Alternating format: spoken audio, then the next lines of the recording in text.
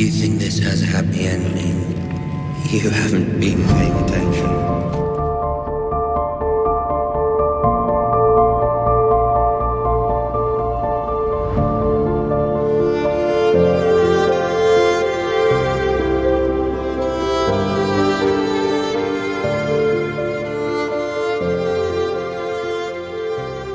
It is better to forestall rebellions than to put them down, Aegon famously said when asked the reason for his journeys. A glimpse of the king in all his power, mounted on Balerion the Black Dread and attended by hundreds of knights glittering in silk and steel, did much to instill loyalty in restless lords.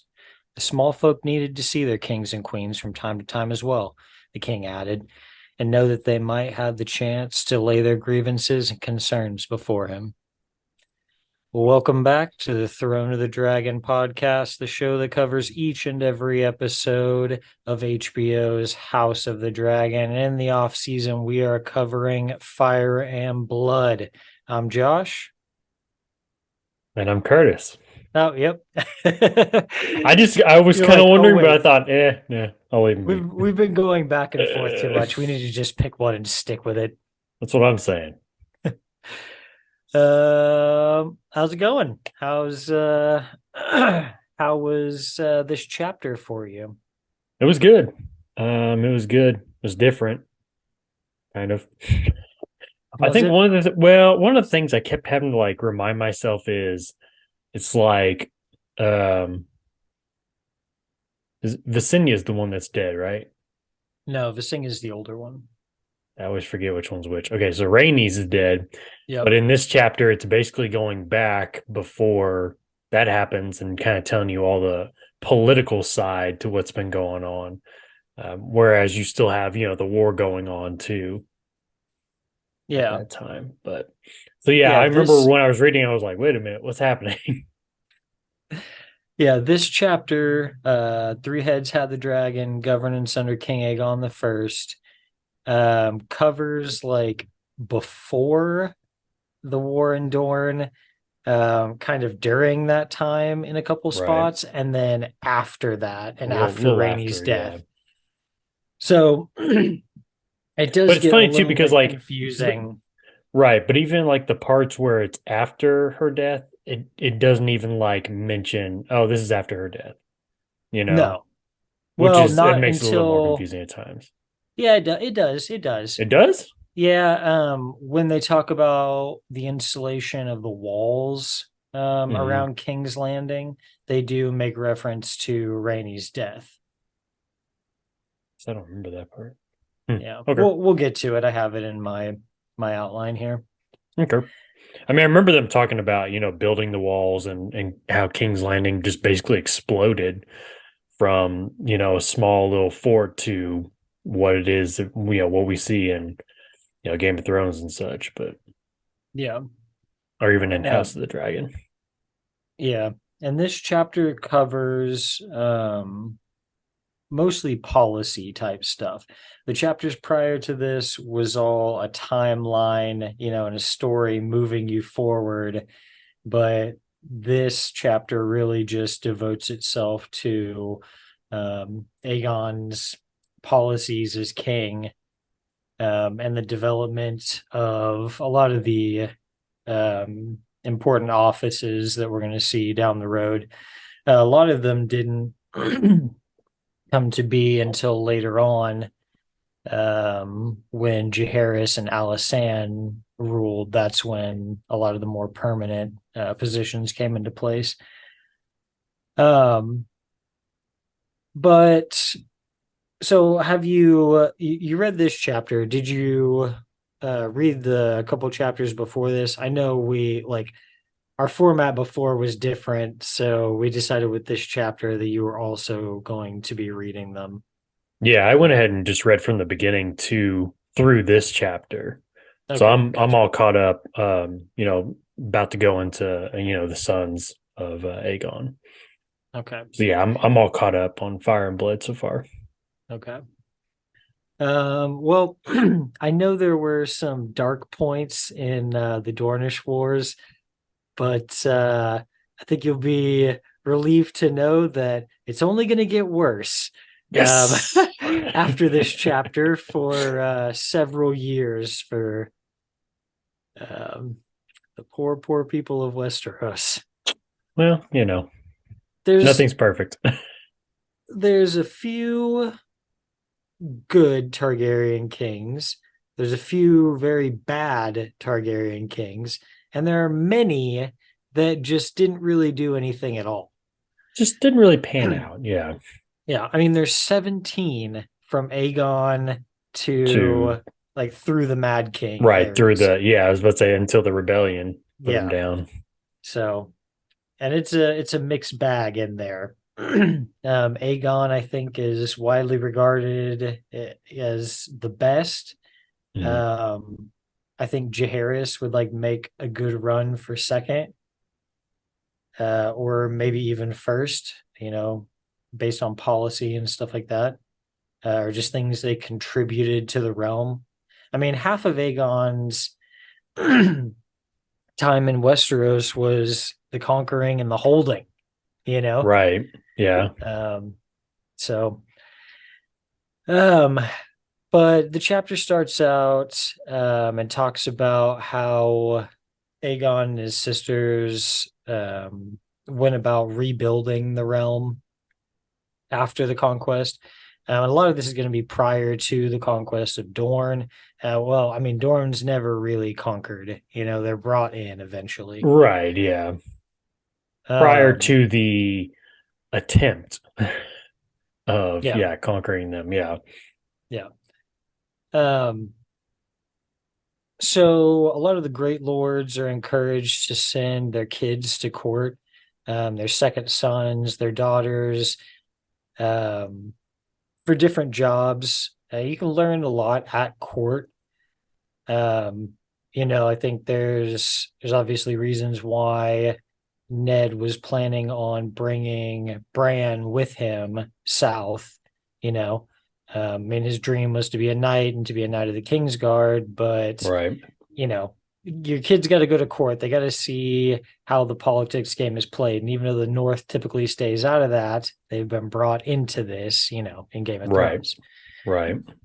Um, then a lot of marriages are brokered between different houses, most of which are arranged by Rhaenys and Visenya. We've got a few noteworthy marriages there: a Stark Arryn marriage, Lannister Redwine, the Tarth triplets to Corbray, Hartower, and Harlaw, and a double Bracken and Blackwood wedding, which I thought was pretty good. But yeah, Two for one special. just to kind of try and repair the realm. Um, at the point you see in Game of Thrones, um, it probably feels like the North and the Vale are pretty close, right? Like Right. they're locked in. Right. And it's because of a lot more than um, Lysa Arryn's marriage. I mean, that really has nothing to do with the Starks because she's a Tully. So Right. that more has to do with the Riverlands. Um, but way back to like the first men era, the Starks and Arryns would have wars all the time with each other. And so I think it was, I want to say either Robert's father or Ned's father who kind of encouraged these relationships between like the Stormlands, the Riverlands, the Vale, and the North. Um, and so a Stark Arryn marriage, especially at this time, is an important thing that far back. Okay. Kind of in the same vein as the Bracken Blackwoods, not as big of a feud as the Brackens and Blackwoods, but they also talk about how no other queens except for Alysanne were probably more influential in policy and decision making and ruling than Rhaenys and Visenya. Um, yeah, I think it says that like Aegon's voice was like the final word, but Right. they always like they would hold court, they're taking care of business and he's listening to what they have to say. And unless he completely objects to something, is going with their rulings on stuff. So, um, See, that's two things that I like about Aegon is the first point of, you're talking about bringing all the children to court. It's like instead of just, hey, I'm the conqueror, my house is going to, this is it, it's our house. He's really trying to restore, like you said, the whole seven realms, well, six kingdoms, I guess, or whatever, because Dorne's doing their thing right now. But he's really trying to bring everybody together and put it into a good mix so that they can all live peacefully, together instead of just, oh, it's really us, the Targaryens, really ruling over everybody else. So yeah, that's one thing I think that really makes Aegon good. The other thing too is he's very open-minded to hearing everybody else what they have to say, even though, like you said, it's like he has the final word, but he is willing to hear other people out, i.e., his two queens. yeah, The other thing too is, and I'm sure you'll hit on here in just a little bit, the fact that he made an effort to go around to these different realms and different towns and villages and such, and get out and meet the people and show that he does care for them. He does care for their culture and their heritage and all that different stuff. It says in the books that it really um that really leaves a good lasting imprint on people when they get to see their kings and queens come to their town and not just sit in their little castles all day, every day, all year long. So yeah. he's a very good king. Yeah. And that's why I think, like I said in earlier episodes, that I feel like even though he conquered them, even though he conquered this land, I feel like it was for the better of everybody. Like Well, and nobody, I think you said before too, like just the name, the Conqueror. That I mean, that has like a harsh title to it, but he's yeah, not. it's a really negative It's a connotation. negative connotation. Anyway, go ahead. I'm sorry I interrupted you. No, you're good. Um, I think he, because nobody had to die. There were a lot of people who marched off to say we're not gonna bow to this like foreign invader king.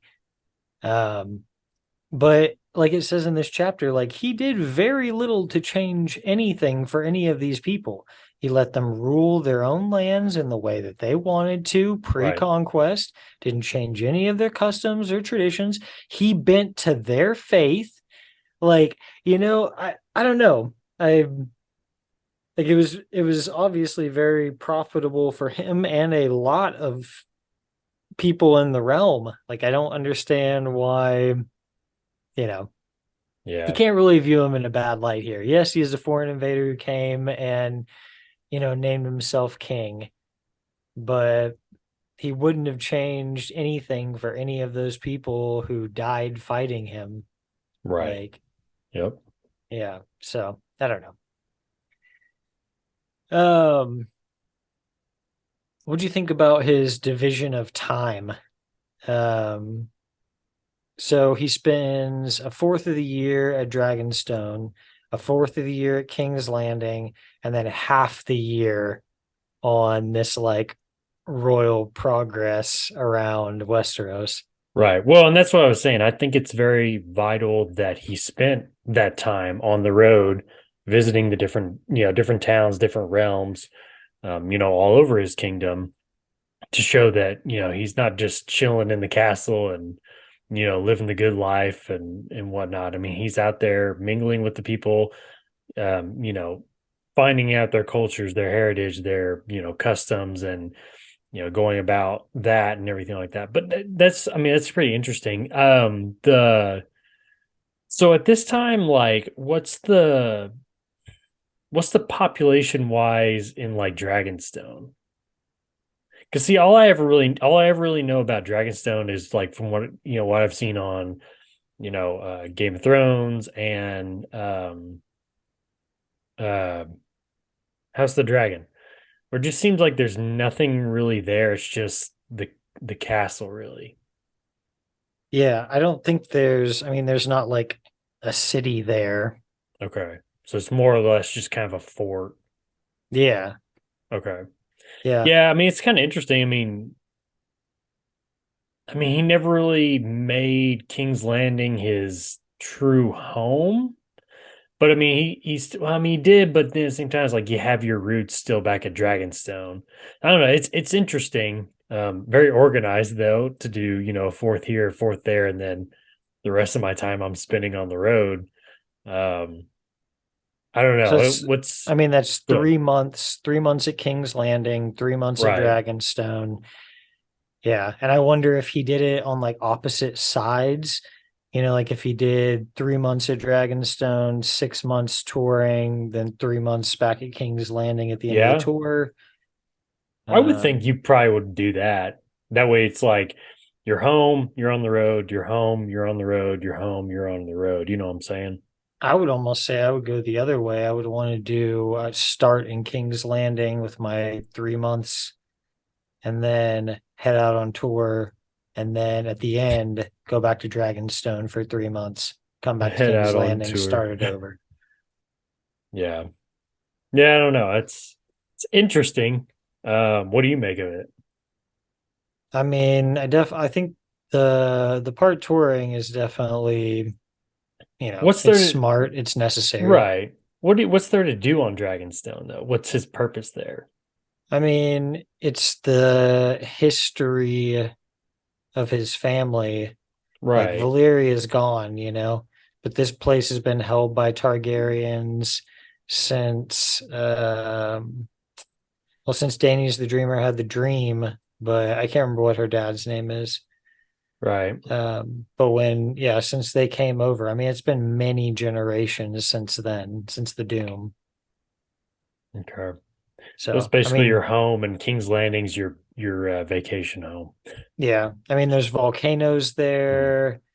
That like that's where a lot of their like library, like they have a lot of books there. I don't know. There's a lot of reasons But for do them. you think it's more of I'm going to Dragonstone to chill out because it's my home, it's my heritage, whereas I'm going to King's Landing to get stuff done, to hold court, to, be among my small council or the, beginnings of it. Yeah, probably. I mean, Okay. I think That's I think what I'm going trying to back get to at is like Dragonstone is more like a just going home. relaxation and okay. Yeah. Okay. I also don't know where they I I mean, these from these three dragons, there had to have been eggs produced. And I don't know True. where that Yeah. happens. Like if it happens at Dragonstone, like if it's more favorable there. So I don't know. Yeah. Yeah. That's true. Um,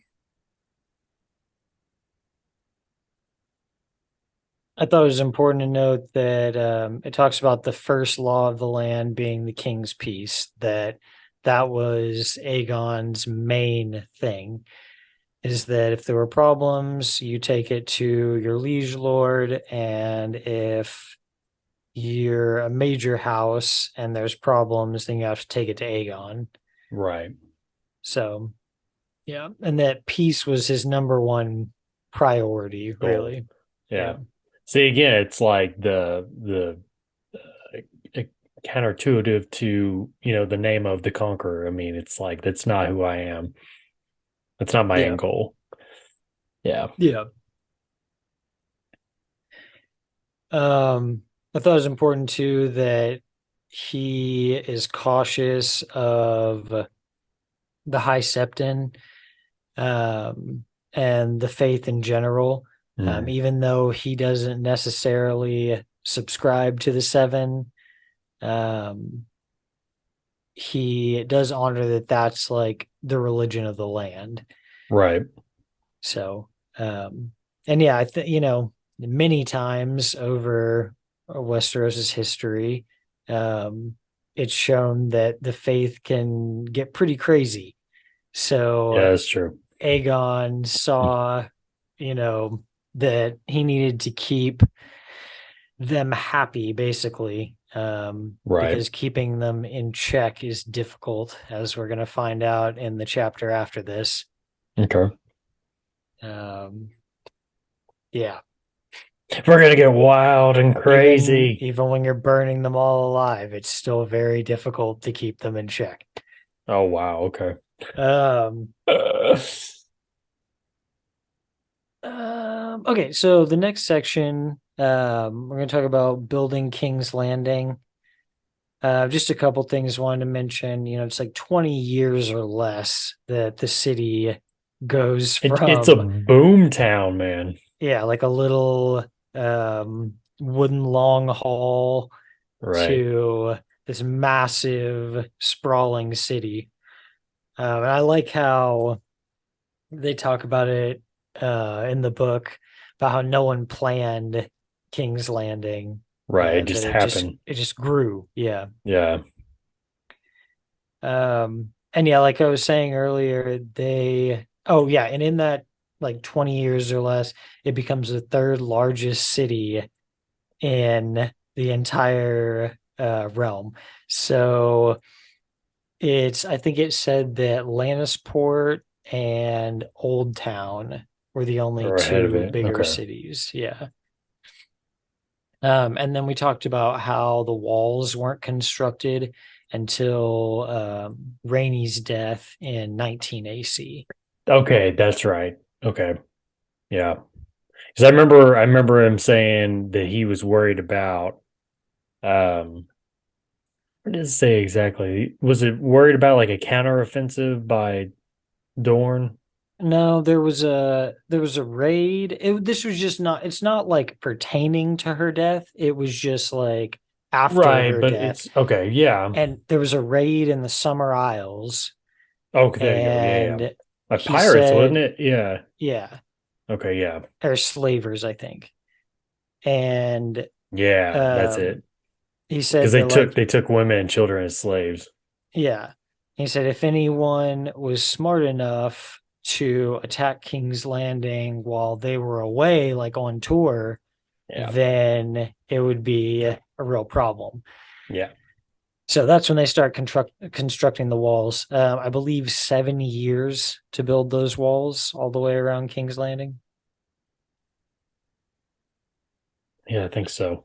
I think that's right. I think it Yeah, I was think you're right. 19 AC It's until 26. 26. Yeah. Yeah. Oh, yeah, you're right. Yeah.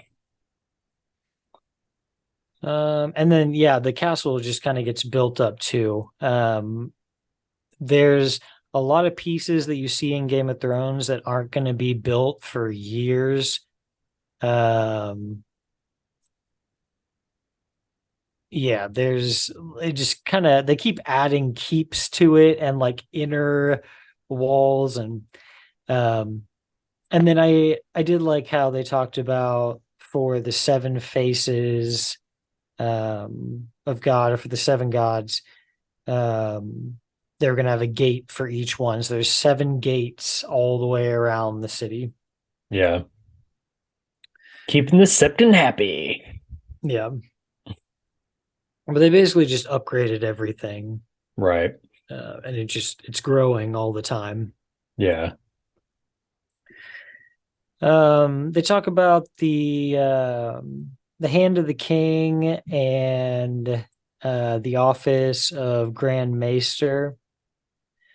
Um, so we get the first. There's kind of gaps in the knowledge on some of these offices.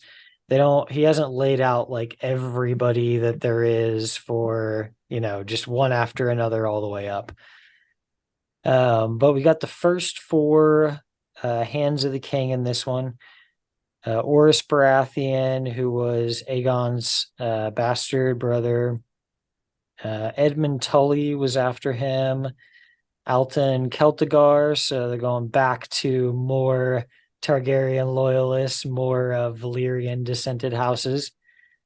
Because remember, it was the Celtigars and the Valyrians and the Targaryens whenever It they first kicked first, off. yeah, Yeah. that first fight. And then the fourth being Osmond Strong, who is the current one in this chapter. Okay. They brought up Osmond Strong and Maester Gawain because they were both charged with overseeing the construction of the walls. So, um, let's talk about some of the Grand Maesters. What what does a Maester do, Curtis? You're a lord in a castle. You've got a Maester. What does he do for you? It's basically your knowledge, isn't it? I mean, he's supposed to, there's supposed to be everything from, science, history, doctor, medical, all that different stuff, right? Yep. So, I mean, you have to They be they very breed the knowledgeable. ravens. They Yeah. train them. Yeah. They send your messages. Yeah, there's a They're lot they're of things probably that they're like the responsible busiest for. person in the kingdom. Yeah, Wouldn't you agree? and yeah, and a lot of maesters will have different links in their chains, so they Yeah. know, they're to show their knowledge of different subjects. It's like a Um, Boy Scout pin. yeah, kind of. Uh, yeah. They're badges, they're patches. Patches. Yeah. That's the first thing that popped in my head when you were talking about the chains or the links in the chain. This is my link for helping an old lady across the street. Right. Um, and then they give us the first three maesters there. Two of them are archmaesters, so that means that they are like the highest order. The archmaesters are the ones who oversee all the other maesters at the Citadel. They're in charge. Okay. Okay. They're kind of considered like supreme knowledge or authority. Olindar and Lance, Lyance, they're both archmaesters, and Maester Gawain, who was charged with the wall, he was just a regular maester until he became Grand Maester. Right. And then, that office of Grand Maester was created. So Aegon has all the like, it's just kind of tradition, like in Westeros, and Dragonstone was considered a part of Westeros. Um, to keep a maester, Right. that it's a smart move. They teach Right. your kids, like Or there's no. endless benefits. Um, and I don't think they get like, even though they're, the Citadel's based out of Old Town, I don't think they really get involved in like your stance on religion. Okay. Because their pursuit is of knowledge. Right. Um, it makes me think of a little bit in like his Dark Materials, Jordan College. It's like you're protected by scholastic privilege. Sure. So yeah, that just is kind of brought that to my mind. Okay. Um, but yeah, they're not there to like play a side in anything. Because I was thinking like even places like in the north that believe in the old gods, they still have maesters. There's never any like crossover problem. They're not like Right. monks. They're more Right. like, They're yeah, just like you said, knowledge based. they're more like This very this is the meager fact. scientists. Yeah. Like, Right. yeah, yeah, Yeah. we're very poor scientists. True. But yeah. Um, they talked a little bit about the differences between Visenya and Rhaenys. It's kind of light, it's light and dark. Rhaenys is the whimsical one.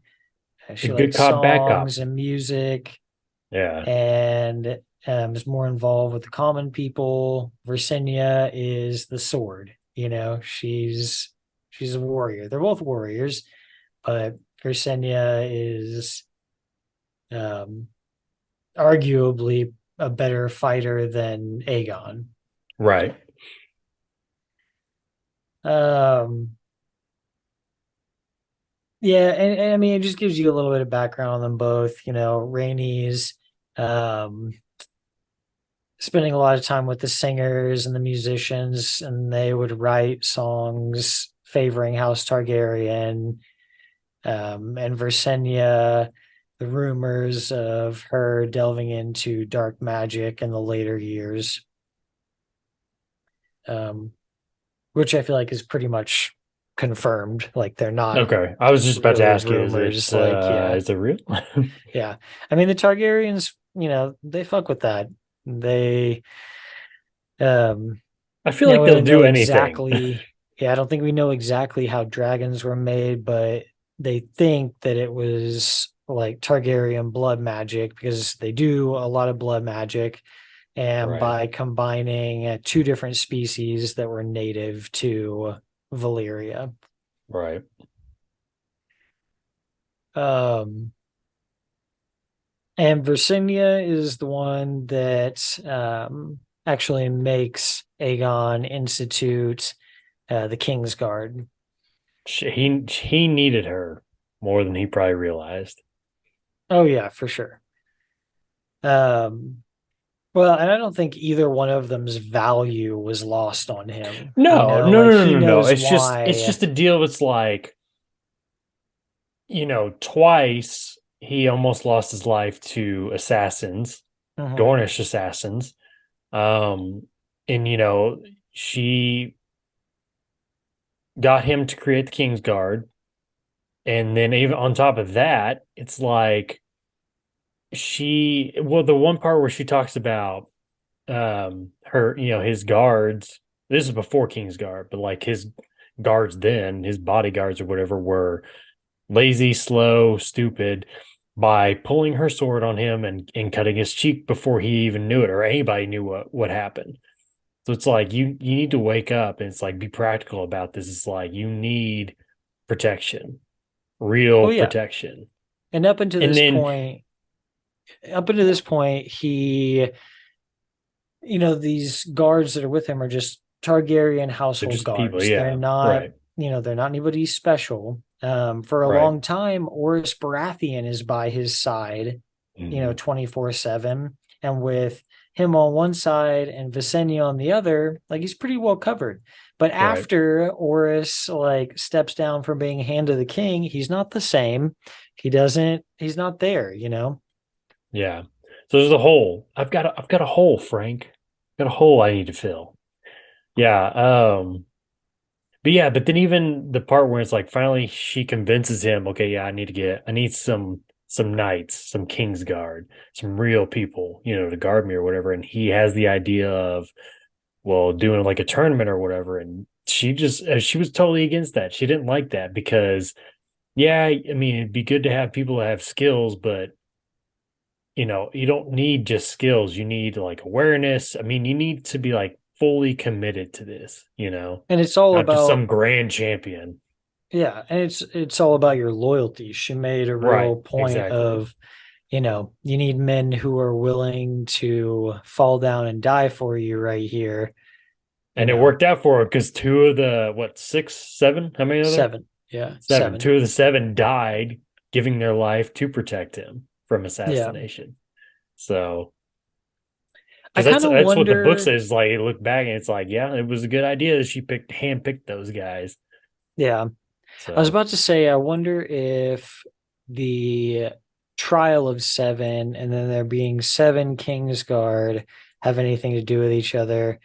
And I feel like all the sevens are repeated. I think it's just because there's seven faces of God, in their world. So it's probably yeah. the reason why there's so many repeating sevens of everything. Well, it's kind of like when they're talking about Visenya and what is it, um those brothers brought their brother-in-law who killed his wife by beating her over 100 or whipping her basically over 100 times for, Uh-huh. cheating on him. And, she got together with the Maesters and everything like that and was trying to figure out, okay, what's, he has a lawful right to do that. But then they decide that it's only lawful to strike her 6 times and to leave the seventh time for the stranger. And here he did over 100 times. So again, there goes back to the number seven again. So yeah, they base a lot around the number seven because of the seven faces of God. Yeah. Have you seen anything about the trial of seven anywhere looking at Game of Thrones stuff? Trial of seven. No, I mean, Mm. what? Yeah, I was going to ask you what's the. So there's only one example of it that I know of, and it is in the Dunk and Egg um, novellas. Mhm. Um, in a trial of seven, the accused has to convince six people to stand with him in a fight against seven of the accuser and six other people who will stand with him. Okay. So 7 on 7. Hmm. If you can't, if the accused can't get six people to join his cause, then he's Hmm. automatically considered guilty. Okay. But if he can get those six to join his side, then it's a trial by combat, 7 on 7. Right. Okay. And it's like fucking crazy. Like the one that happens to Dunk in the book is insane. Like one of the, I think it's not Makar. It was,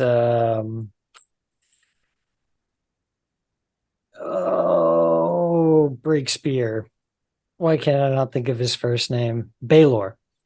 Baelor Breakspear, Baelor Targaryen. He was killed in that Okay. trial of seven. So Brutal.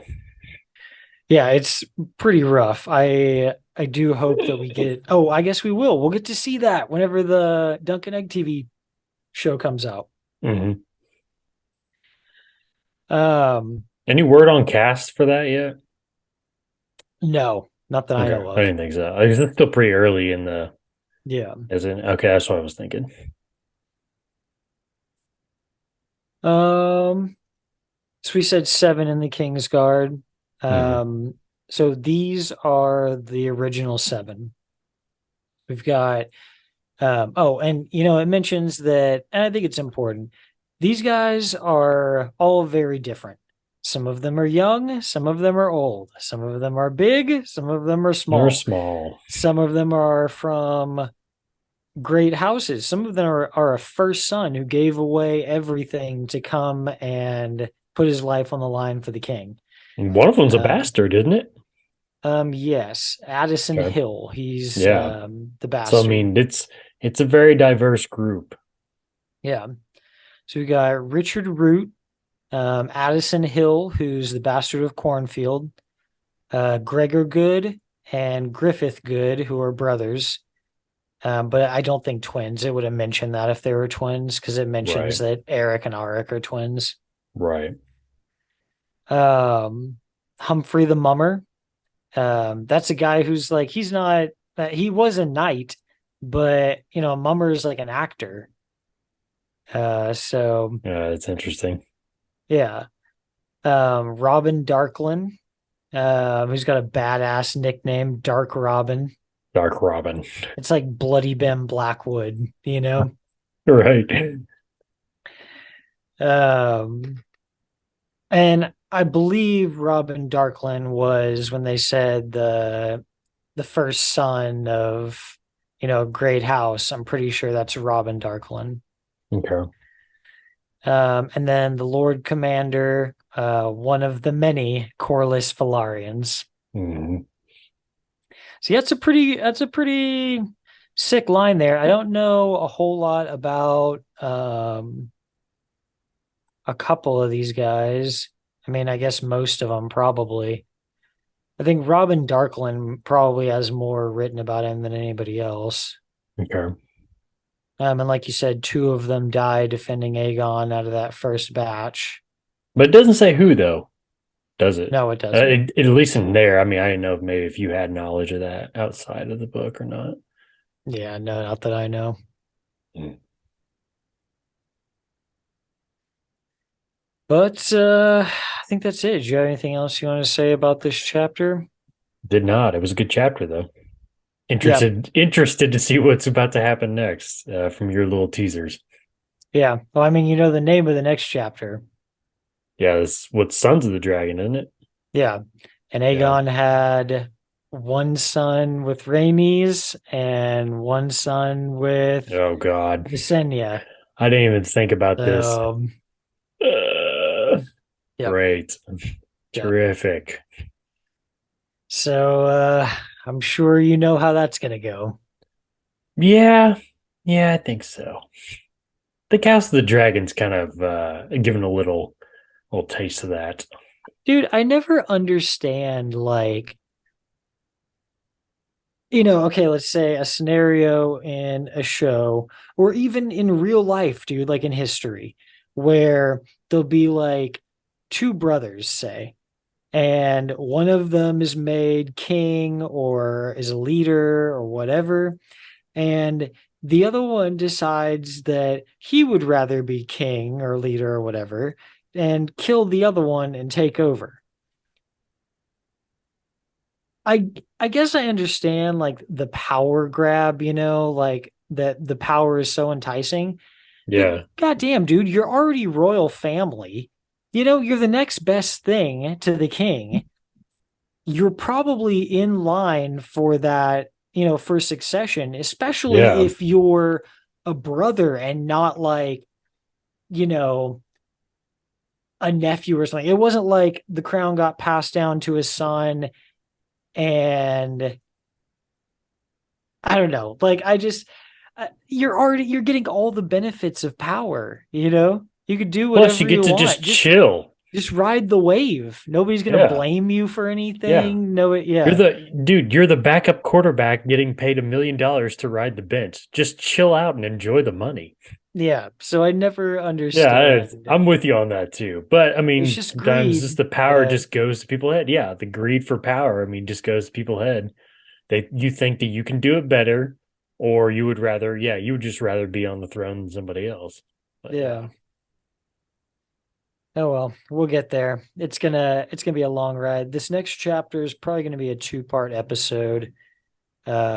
Because it's a really long chapter. okay. There's a lot going on. So yeah, it's definitely going to be a two-parter. There's no way in hell. Well, we got time. Yeah. Well, we got plenty of time, buddy. Make it three-parter if you Lots want. of time. Lots of time. All right. Well, until that next episode, make sure that you guys follow us over on Twitter at is survived by productions. You can follow me on my personal at Joshua Lynn Gary. Both those should be down at the bottom there. We've got other shows if you're looking to stay entertained until the next episode of the Throne of the Dragon comes out. The Red Right Hand podcast, which covers each and every episode of BBC and Netflix's show, The Peaky Blinders. We've got an episode coming actually right after the recording of this episode. So you get done with this one, flip over there. That one should be up too. We've got another show called The History of the Cores, where we break down the history and albums of a band from any core genre. It could be anything. We don't just cover Canadian bands. I swear to you, we don't just cover Canadian bands. Yeah, who started I've that? What totally. that where did that get started? Was that Cancer Bats? I think it was Cancer Bats that started that. We'll have to go back and see who I think it started was. this. I think it was Probably Cancer Cancer Bats, which Bats. means it's your fault. Oh no, I don't want that to land on me. Oh, you want all the power, but you don't want the responsibility. Gotcha. Okay. Makes sense. All right, I always do it, but now it's your turn. If you'd like to not just listen to this episode, but watch it also, you want to see our bright and smiling faces, flip on over to YouTube. You can see that face right there, the one slowly getting closer and closer to you. While you're over there on YouTube, make sure to follow the channel, give us a like, leave a comment down there. If you guys want to see some live streams, especially our Red Right Hand podcast fans, let me know. We've got the Peaky Blinders Mastermind or Masterwork. I can't remember what it's called, game. So we can do some live streams of that. Check that out. Give us a little bit more Peaky Blinder content until the movie comes out, or at least until there's some more to talk about that. All right, well, until the next episode, see ya.